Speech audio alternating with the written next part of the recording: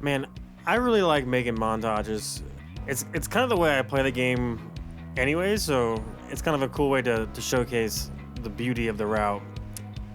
But anyways, what is going on, everybody? We are back with another addition to this route. A route that I still need to name, by the way. So I've been Googling some ideas for a name. So if you have any suggestions for a name, please let me know. But before I get into the video stuff, I just wanted to let you know I was planning on recording some session videos of the operation on the route, where I'm kind of building trains to service certain industries in various locations and stuff like that. I don't really know anything about trains, and I'm impatient, so the trains will be going way too fast, and I'm not going to be blowing horns all the time like you would in real life, but it should be a pretty good way to showcase the route on the things that have been worked on prior to the YouTube channel, and the things that I'm currently working on as we progress this route.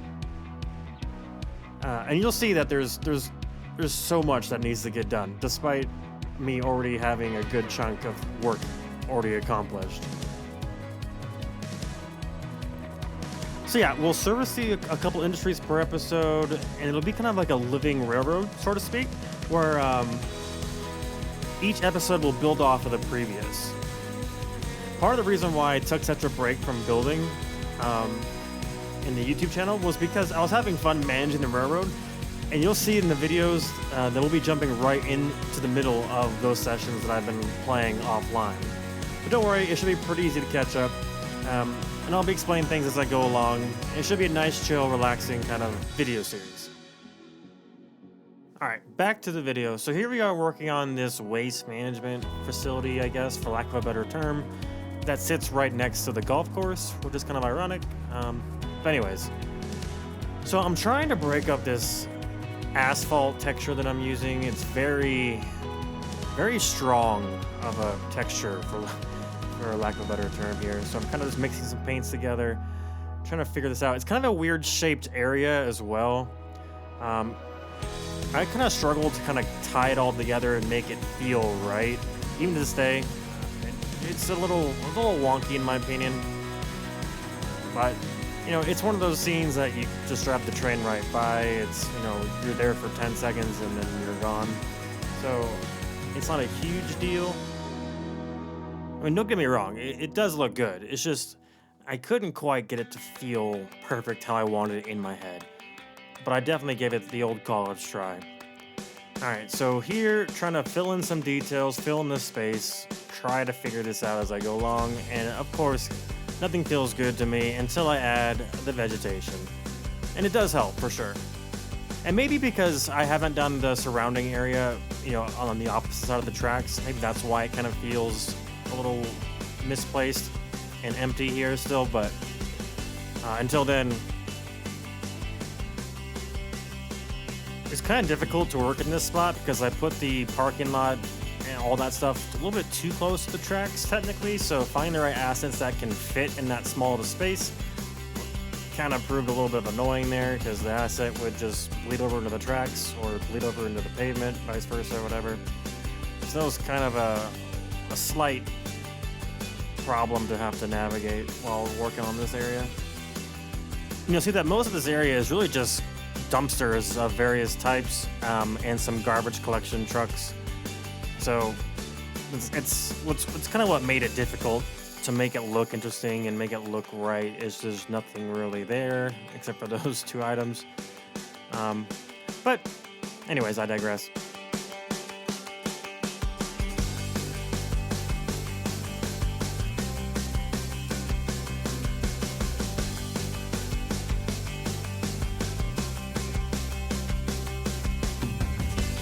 I would say the biggest obstacle for this particular spot here is the weird shaped angle of this parking lot. You'll see that the parking stalls don't quite fit in that small of an area how they're supposed to, like they do in real life.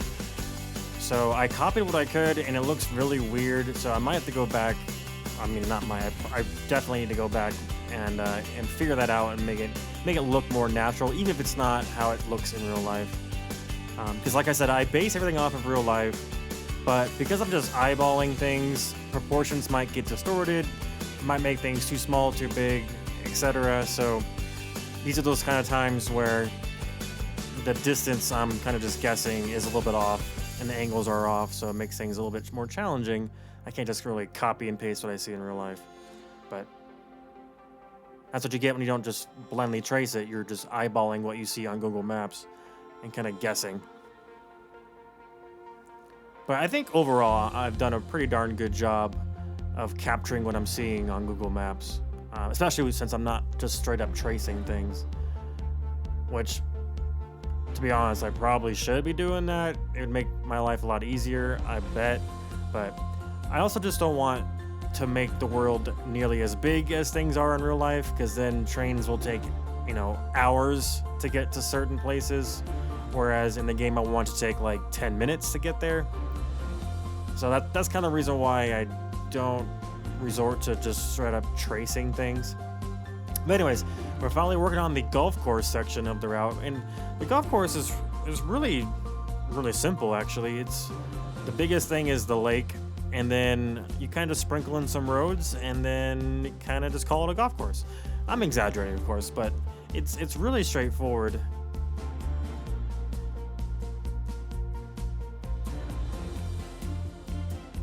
I didn't make it like a full-blown golf course. I kind of made it like the illusion, the perception that there is a golf course here, sprinkled in some golf kind of details to kind of create that illusion. But it's definitely not like a full-blown golf course that I made. It just gives you the idea that this is a golf course, and it looks really good. And once again, the train just drives by anyways, so you're not staying here enough to really enjoy it that long. But it definitely gets the job done of a really nice background scene, really nice transition area. It feels pretty good. All right, so here we are working on one of the parking lots for the golf course, and it's kind of a weird shape. It's not your typical rectangular or square-shaped parking lot. As you can see, it's kind of like an oval or some sort. So it's a little funky, but that is how it looks in real life, for better or for worse. Trying to get my spacings right for the parking stalls. You know what I do? Take the two vehicles side by side and kind of eyeball it from there. And then use these house assets to kind of represent like the office buildings or whatever you want to call it, for the golf course.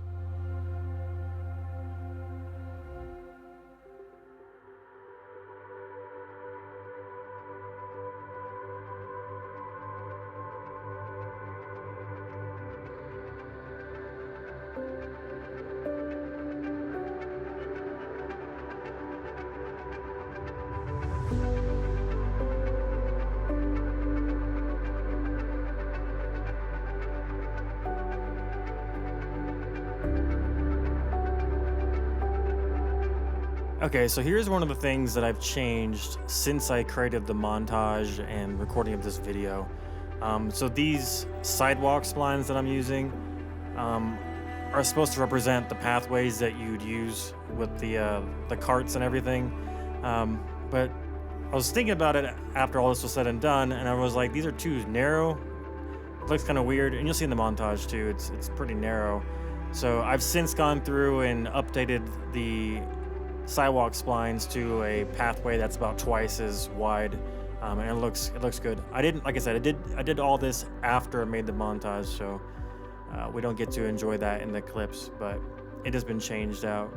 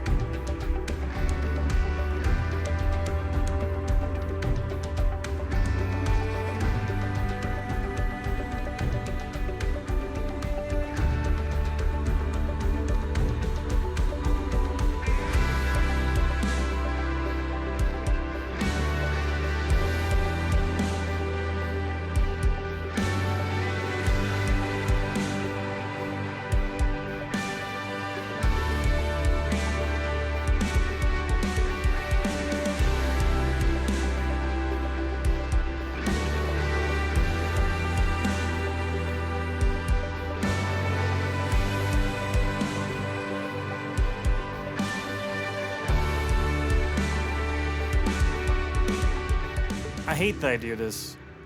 A pro tip is to get all of the ground texture that you want, and then do the ballast as the very last thing that you do. I have such a bad habit of doing the ballast like first, and then having to just repaint it over and over again. Same thing with roads. Like, it's save yourself the headache and then the time. Just do the road, do the ballast as the very last thing, and you'll save yourself that. So as you're gonna see, we just did a jump cut right there.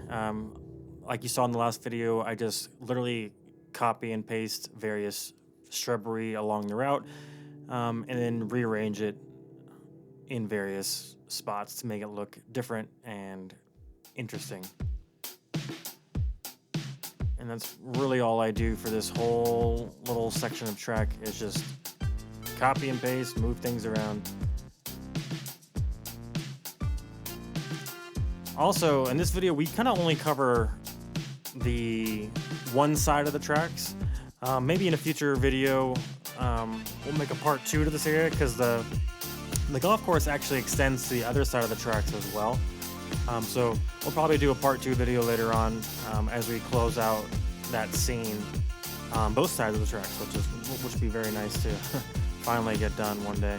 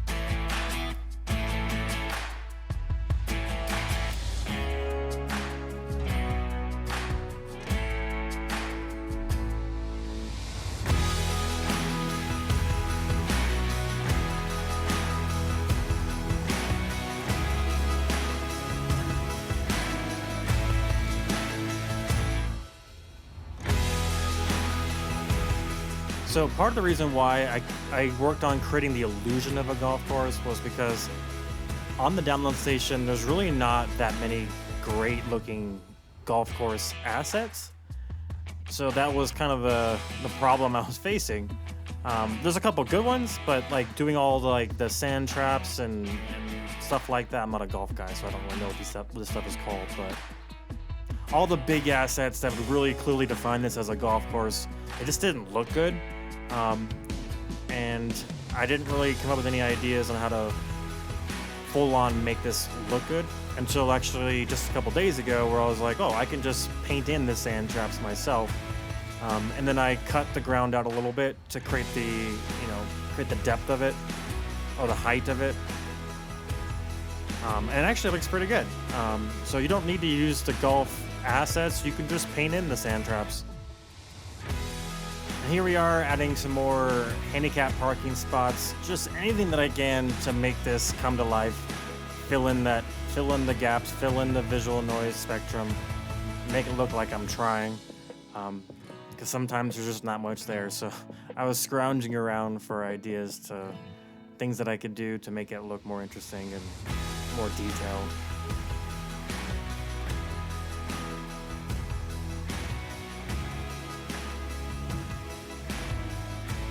Part of the struggle that I actually had with this golf course as well was trying to figure out what to do with all these grass splines. Because golf courses are usually pretty well maintained on the grass side, and I don't know of any way to, have grass in this game that looks like, like the mode kind of grass. Um, so I probably used too much of the kind of like weedish, unkempt grass splines, as you can see in the montage here. But I just don't know of any way to make like mowed grass in the game besides using the paint, which only gets you part of the way there.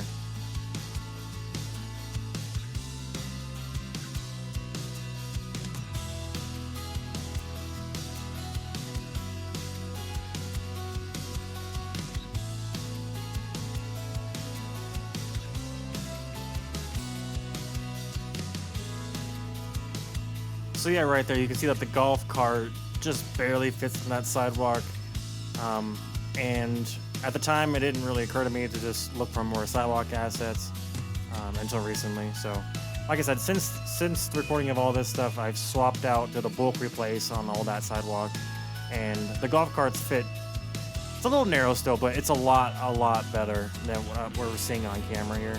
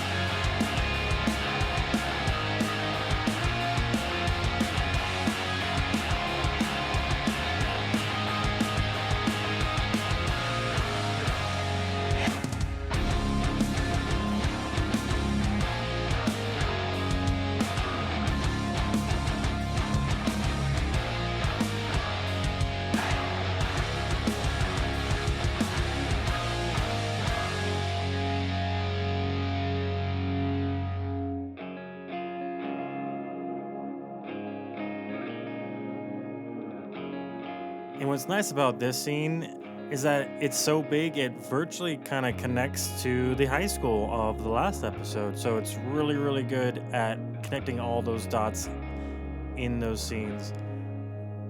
So I'm really excited about that. They're still not connected to this day. I would have to do some work still and bridge that gap, so to speak.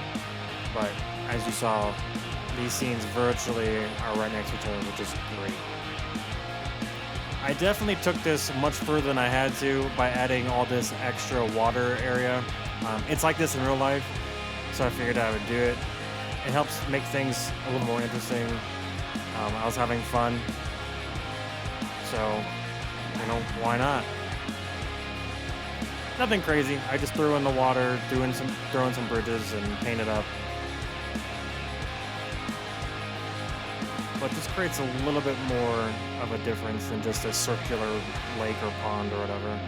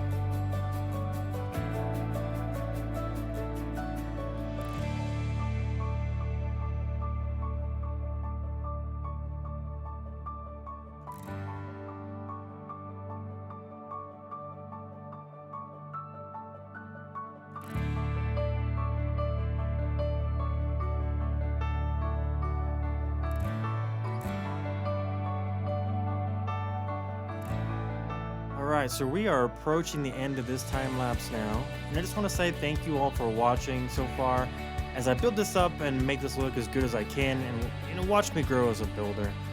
So far all these scenes and clips that I've been showing on the YouTube channel are pretty old, so I've gotten a little bit better obviously since then, but thank you once again for everything, and I will see you all in the next one.